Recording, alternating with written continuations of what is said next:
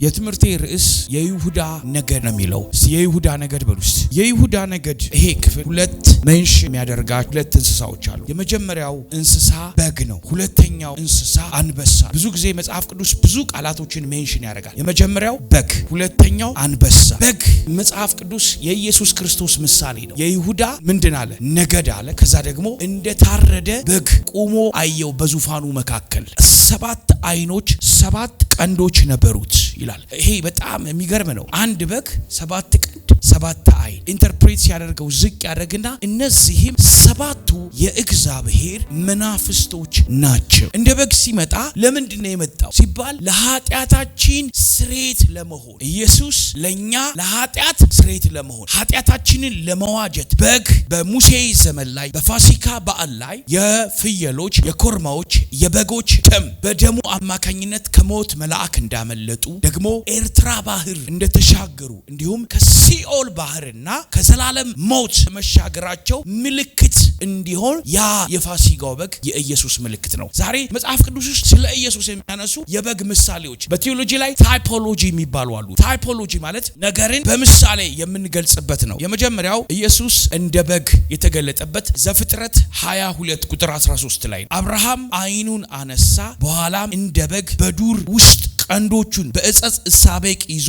አየ። አብርሃምም ሄደ፣ በጉንም ወስዶ በልጁ ፈንታ መስዋዕትን ሰዋ። በልጁ ፈንታ መስዋዕት። ያ የመስዋዕቱ በግ ማንን ይወክላል? ኢየሱስን ይወክላል። ዛሬ ይህን በግ አግኝታችሁ ክብር ለኢየሱስ ይሁን። ያ የመስዋዕቱ በግ ማን ነበረ? ኢየሱስ ነበር። ከበጎቹ ወይም ከፍየሎች ወስዶ በዚያም ወር እስከ 14ኛው ቀን ይጠብቅ። የእስራኤል ማህበር በጉባኤው ሁሉ ሲመሽ ይረዱት። ከደሙም ወስደው የሚበሉበትን ቤት ሁለንተና መቃንና ጉበኑን ይቀቡት። ደሙንም ባላያችሁበት ቤቶች ምልክት ይሆናል። ደሙንም ባየሁ ጊዜ ከእናንተ አልፋል። ደሙ ከታየ በኋላ ምን ይሆናል? ኢየሱስ ያልፋል። ለምን? ያ ደሙ የክርስቶስ ኢየሱስ ደም ምልክት ነው። ያ ደም ሞትን ነው የሚያደርገው። ሁለተኛው በኢሳይያስ መጽሐፍ ላይ ያለ ኢሳይያስ 53 ቁጥር 7 ምን ይላል? ለመታረድ እንደሚነዳ ጠቦት በሸላቾቹም ፊት ዝም እንደሚል በግ እንዲሁ አፉን አልከፈተም። ነፍሱን ስለ ኃጢአተኞች መስዋዕት ካደረገ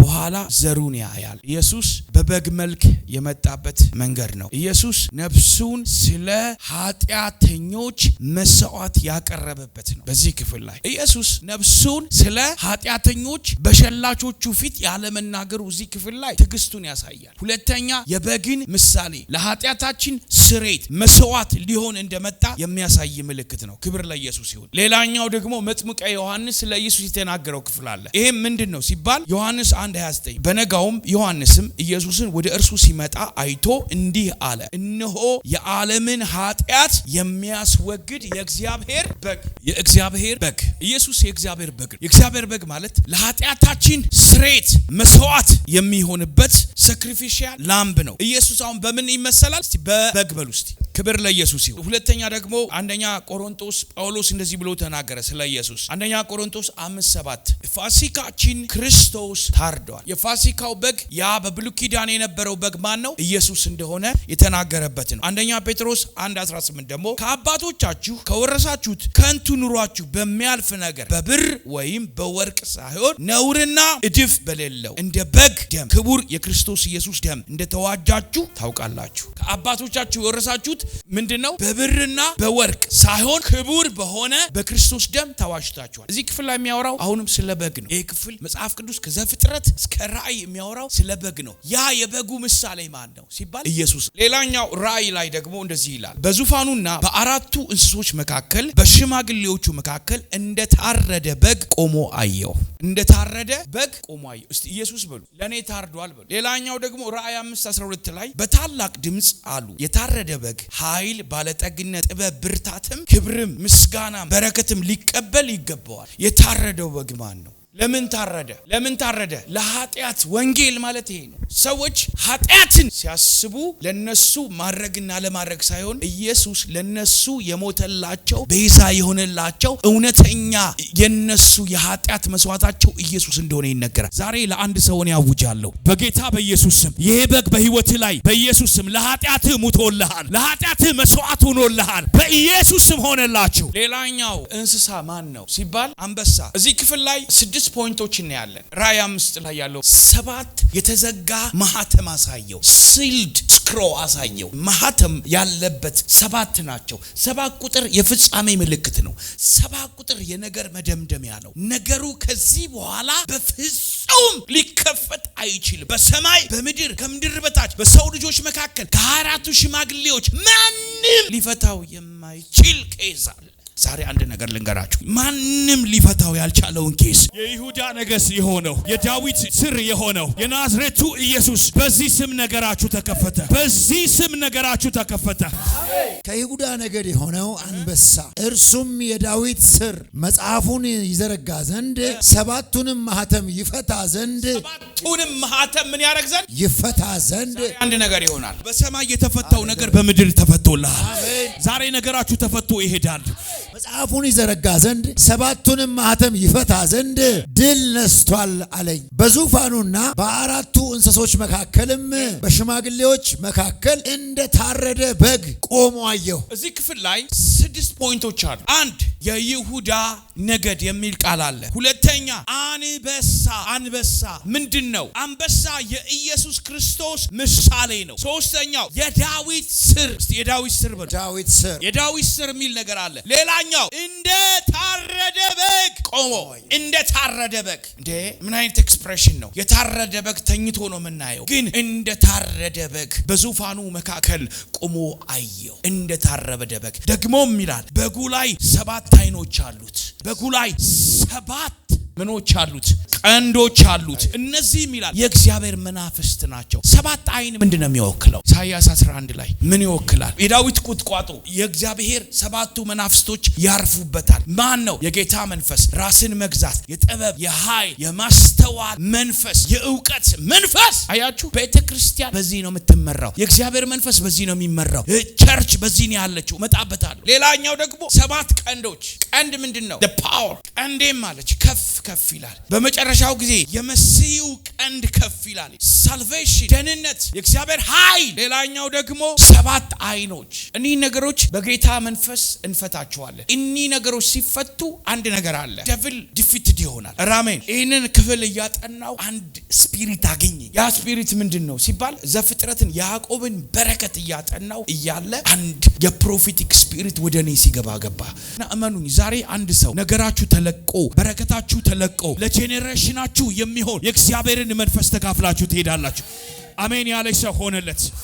ክብር ለኢየሱስ ይሁን። ለዛ ነው በጉ ምንን ይወክላል አልኳችሁ? ኢየሱስን። ዘፍጥረት 22 ላይ ያለው ያ አብርሃም ሊሰዋው ያሰበው በግ የእግዚአብሔር በግ ነው። ሌላኛው ዘጸአት ላይ እስራኤላውያኖች the last ፋሲካ ፔሳህ የሚለው ቃል ፋሲካ ፓስ ኦቨር ማለት ነው። ታለፍ በሚታለፉበት ሰዓት ላይ የሞት መልአክ ሊያመልጣቸው ጊዜ ያ በግ ምልክት የኢየሱስ ደም ነው። ያ በግ ከዘላለም ሞት አይደለም ያዳናቸው፣ ከሞት መልአክ ከበኩር ልጆቻቸውን ያተረፋቸው። ለዛ ነው ወደ አዲስቷ ኢየሩሳሌም ወደ በኩራት ማህበር ደርሳቸዋል ይላል። እናንተ ወደ በኩራት ማህበር ገብታችኋል። ወደ አዲስቷ ኢየሩሳሌም ገብታችኋል። ከዛሬ ጀምሮ እናንተ ላይ የዘላለም ሞት አልፏቸዋል። የዘላለም ሞት ታልፋቸዋል። ለምን? ያ የብሉይ ኪዳኑ ደም ከኃጢአት አዳናቸው፣ ከግብጽ ሞት አዳናቸው፣ ከኤርትራ ባህር አዳናቸው። እናንተ ግን ዛሬ ድለኞች ናቸው። ከዚህ በዙፋኑ ፊት የቆመው የታረደው በግ 7 አይኖች አሉት፣ 7 ቀንዶች አሉት። ያ በግ ከዘላለም ሞት አትርፏቸዋል። ያ በግ የዘላለም ደህንነት ሰጥቷቸዋል። ያ በግ ከእሳት ባህር አድኗቸዋል። ላመነ ሰው ዛሬ አንድ ነገር ይሆናል። ከዚህ በግ ደም የተነሳ ድል ትነሳላችሁ። ጴጥሮስ እንደሚናገረው ደግሞ the power of redemption ሲወራ ይህ ክፍል በጣም ኤፌሶን 1:7 እና አንደኛ ጴጥሮስ 1:18 ክፍሎቹ በጣም ፓወርፉሎች ናቸው። ከአባቶቻችሁ የወረሳችሁት በከንቱ ኑሯችሁ በሚያልፍ በወርቅ በብር ወይም በከንቱ በሆነ ነገር ሳይሆን እንደሆነ በክርስቶስ ደም ተዋጅታችኋል። ሌላኛው ክፍል አንበሳ የኢየሱስ ክርስቶስ ውክልና ነው። ነገርም ራሱ የይሁዳ ነገስት አንበሳ ይላል። ራስተፈሪያኖች እንዲሁም የሚያምኑት ላይን ኦፍ ጁዳ ብለው ያምናሉ። ግን እግዚአብሔር በእኛ ህይወት ላይ ያሰበው ነገር አንበሳ የሚለው ቃል ዘፍጥረት 49 ቁጥር 1 ፓስተር ያንብብልናል። ያዕቆብም ልጆቹን ጠርቶ እንዲህ አለ፣ በኋለኛው ዘመን የሚያገኟችሁን እንድነግራችሁ ተሰብሰቡ። በኋለኛው ዘመን የሚያገኛችሁን ነገር እንድነግራችሁ ምን በሉ አለ? ተሰብሰቡ። እናንተ ያዕቆብ ልጆች ተሰብሰቡ፣ ስሙ፣ አባታችሁ እስራኤልንም አድምጡ። ያዕቆብ በረከት በክርስቶስ ኢየሱስ ወደ እናንተ ደርሷል። አሜን። በአባታችሁ በኩል በያዕቆብ ያለው በረከት ዛሬ ወደ አንድ ሰው ገባ። ይሁዳ የአንበሳ ደቦል ነው። ይሁዳ የሚለው ቃል ምን አለ? ይሁዳ የሚለው ትርጉም አማርኛው ይሁዳ ነው፣ እንግሊዘኛው ጁዳ ነው። ይሁዳ የሚለው ቃል ከሁለት ቃል ነው የመጣው። ዮ ኤንድ ሆዴ ከሚል ቃል ነው። ሆዴ ማለት አምልኮ ማለት ነው በሂብሩ ቃል። ሆዴ ታይፕስ ኦፍ ወርሺፕ ነው። ዮ ማለት የሃዌ ከሚል ቃል ነው። ይሁዳ የሚለው ምን ማለት ነው? አምላኬን አመሰግነዋለሁ። ሊያም አራተኛው ልጅ በወለደች ጊዜ እንደዚህ አለች፣ እግዚአብሔርን አመሰግነዋለሁ ብላ ይሁዳ አለችው። ጁዳይዝም የሚለው ቃል የመጣው ከምንድን ነው ሲባል እግዚአብሔርን የሚያመልክ ሃይማኖት የሚል ትርጉም ነው የመጣው። ይሁዳ የሚለው ቃል እግዚአብሔርን አመሰግነዋለሁ። ከአንዲት እህቴ ጋር እያወራን ይሁዳ የሚለውን ልጅሽን ስምሽን አውጪለት አልኳት። እንዴት አለች። በቃ እንዴት? ለምን? እሷ የምታውቀው በማን ነው? ኢየሱስን የሸጠው በይሁዳ። ይሁዳ የሚለው ስም ግን ሃያያ ኢየሱስ የተጠራበት የኢየሱስ ነገድ የወጣበት። ይሁዳ ማለት ከሃጂ አይደለም። ይሁዳ ማለት በትረ መንግስቱ፣ በትር ከጉልበቱ አይጠፋም። ዛሬ በዚህ ንጉስ በትር ከጉልበቱ በማይወጣ በይሁዳ ነገስ ዛሬ ነገራችሁ ተቀየረ። እስራኤላውያኖች ብዙ አይነት ነገድ አላቸው። የናንተ ነገድ ግን ልዩ ነው። አሜን። ኢትዮጵያ ውስጥ አንድ ነገድ አለ ተብሎ ይታሰባል። ያ የዳን ነገድ ነው ተብሎ ፈላሻዎቹ የዳን ነገድ ነን ብለው ነው የሚያምኑት። ኖ ቦርኔጌን ክርስቲያን ግን ይሄ የማን ነው ቢባል የማን ነገር ነህ? የይሁዳ ነገር። ድል ነሺዎች የይሁዳ ነገር የሆነው እሱ ማህተሙ ለፈታ ድል ነስተዋልና። ዛሬ ድል ነሽነት ከአንበሳ አቲቲዩድ ነው። አንበሳ ሁል ጊዜ ዝሆንን ሲያዩ ሊበላው ነው የሚታየው እንጂ የዝሆን ትልቅነት ኪሎ አጥንቱ።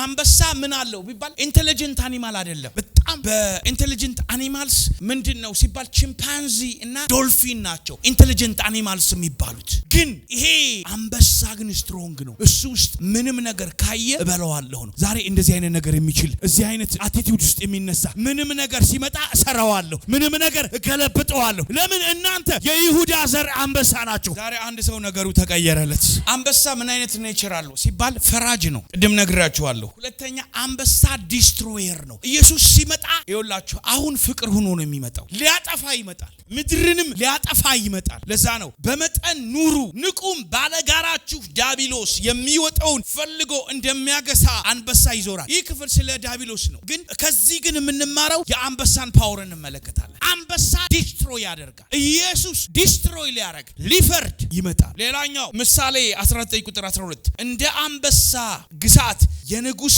ቁጣ ነው። አንበሳ ሲያገሳ በጣም ሮ ሲያደርግ ብዙ ቦታ ይሄዳል። ለዛ ነው ደቦል አንበሳ ሲያገሳ የማይፈራ ማን ነው? የሰራዊት ጌታ እግዚአብሔር ሲናገር የማይሰማ ማን ነው? ዛሬ አንድ ነገር ይሆናል። በዚህ አንበሳ ላይ ያለ ኃይል በእናንተ ላይ ይምጣ። ይሄ አንበሳ የናዝሬቱ ኢየሱስ ይባላል። ዛሬ በስማችሁ ላይ የተደገመ ፈረሰ። እነሆ ለዳዊት ጻድቅ ቁጥቋጦ የማስነሳበት ዘመን ይመጣል ይላል እግዚአብሔር፣ እርሱም እንደ ንጉስ ይነግሳል። እንደ ንጉስ ምን ይላል? ይነግሳል። ኢሳይያስ 11 ቁጥር 1 ጀምሮ ደግሞ ከእሴይ ግንድ በትር ይወጣል። ኢትስ አሜዚንግ። ከእሴይ ግንድ ምን ይወጣል? በትር። በትር ማለት ገዢነት ማለት ነው። አንድ ነገር ልንገራችሁ፣ ቦርኔጌን ክርስቲያኖች ከዚህ በኋላ ገዢ ይሆናሉ። ምድርን ይገዛሉ፣ ኢትዮጵያን ይገዛሉ፣ አፍሪካን ይገዛሉ፣ ዓለምን ይገዛሉ። all over the world። ለምን? ከእሴይ ግንድ በትር ይወጣል። ይሄ የሚያሳየው እኛ የክርስቶስ ኢየሱስ ዘር መሆናችንን፣ ኢየሱስ ደግሞ የዳዊት ስር መሆኑን ነው። የዳዊት ልጅ ሆይ ማረኝ ብሎ ጠራውና ፈወሰው። ለምንድን ነው ሲባል ኢየሱስ ብሎ አልጠራው። የዳዊት ልጅ የሚለው ስም የኢየሱስ ኦሪጂናል ስሙ ነው። እግዚአብሔር በዛ ውስጥ መድኃኒትን አስቀምጧል። በዛ ውስጥ ገዢነትም ውስጥ ምንድነው? ፈዋሽነት አለ። አሜን በሉስ። ዛሬ ለአንድ ሰው ነገሩ ይፈወሳል። ዘካርያስ ላይ ደግሞ እንደዚህ ይላል፣ እንዲህም በለው የሰራዊት ጌታ እግዚአብሔር እንዲህ ይላል፣ እነሆ ስሙም ቁጥቋጦ የሚባል ሰው በስፍራ ይበቅል ዘንድ እግዚአብሔር መቅደስን ይሰራል። ስሙም ቁጥቋጦ የሚባል ሰው ዘካርያስ 6:12 ላይ የእግዚአብሔርን መቅደስ ምን ይላል? ይሰራል። ማን ነው? የዳዊት ዘር የሆነው ኢየሱስ። ክብር ለኢየሱስ ይሁን። ለዛ ነው ቤተ መቅደስን አፍርሼ ምን እላለሁ? እሰራለሁ። በሰማይ አዲስ ቤተ መቅደስ አለች፣ ማንሜድ ያልሆነች፣ ሰው ያልሰራት፣ የሰው እጅ የሰው አካል ያልገባባት። አሜን። ዛሬ ለአንድ ሰው በረከት ያገኘው